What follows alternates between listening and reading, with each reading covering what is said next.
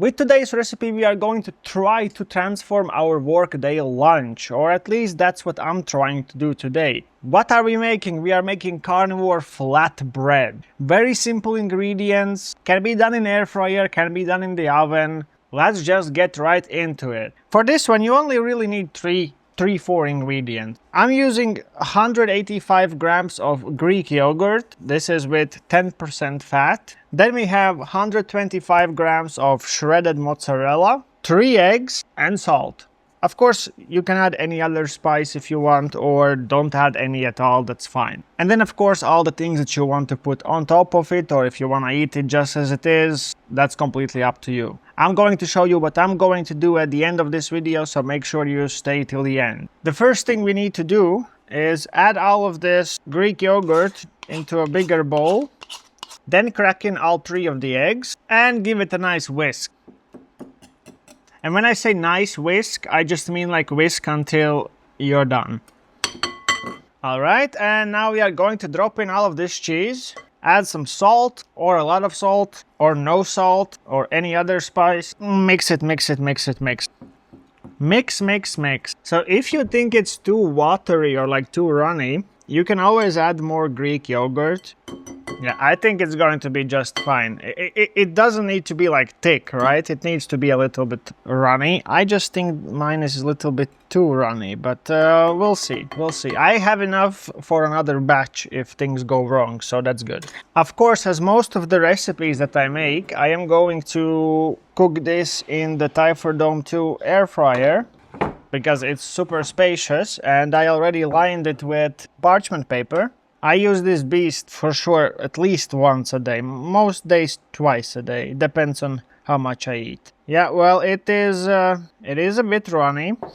I don't know, I just like went for it. I didn't even think what I'm doing. I guess I was thinking about how much I use the air fryer rather than making sure this situation here works out. So now I kind of have to save it a little bit, but basically what I'm trying to do is I'm trying to form some sort of a square. You don't want to spread it out too much, because then it's just going to burn, and that we don't want. I think it's going to be just fine. I cannot show you.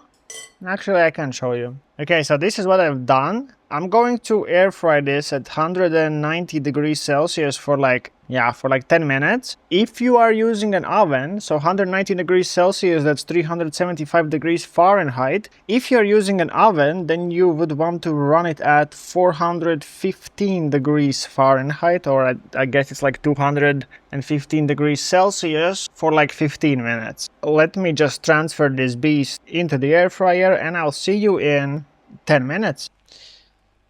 10 minutes have passed. I feel like this could do another 3 minutes. So I'll do 2 more. Alright, so I ended up running it for 3 more minutes. So a total of 15 minutes is what I did, because I kind of wanted to achieve this brownish vibe. It's very hot. For sure I'll need to let it rest before we can give it a try or even touch it. I'm just trying to take the parchment paper out. Yeah, so I will give it now like 5 minutes probably to just cool down a bit, and then we'll give it a try.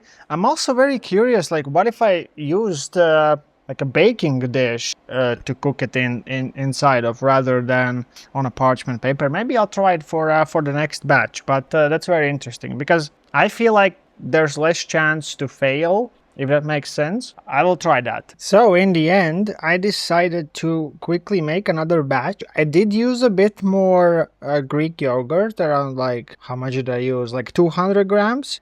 Same amount of cheese, same amount of eggs. It is a little less runny, so I already think that like for the first batch I should have just added more Greek yogurt, as my gut feeling was telling me, but I didn't. It is thicker, of course, because the size of the baking tray is a lot smaller. So I think I'm going to run it for probably 20 minutes. Maybe I'll try to flip it, like cut it in half and flip. Probably not, but we'll see. All right, it has cooled down nicely. The other beast is in the air fryer, and voila. Of course, the shape is, well, the standard shape that I can achieve with my skill set. And of course, only one side is like brown, the other side is kind of light. That's why I said that maybe the other one I can try to flip, you know, to get this effect on both sides. But essentially anyways, right? I mean, it is pretty flexible. Of course, I think I could break it if I really try. Although here I had a little mishap and it didn't break. So you see it flexes just fine. Flexes? Yeah, I mean it folds just fine. What I'm going to do is I'm gonna cut it and just like eat it together with some meat. Alright, so taste test time, right? I just checked on the other one. It's not looking too good so far, so we'll see. I'll try one piece just as it is and then I'll use some ham for another piece, because essentially this is what I'm planning to take with me to war. Maybe like I would sandwich it, of course, cut it all nicely, yeah, and sandwich something like that. But let's give it a try. It is very good, very good. And the one with ham is just perfect. This is it, guys. Okay, so this is the approximate game plan. A little also update about the one I did in baking dish. Yeah, I mean flipping it was impossible. I tried, it was breaking apart because it's too thick, right? So I kind of tried to save it by transferring it to parchment paper, gluing it together, and now it's air frying. So we'll see what happens there.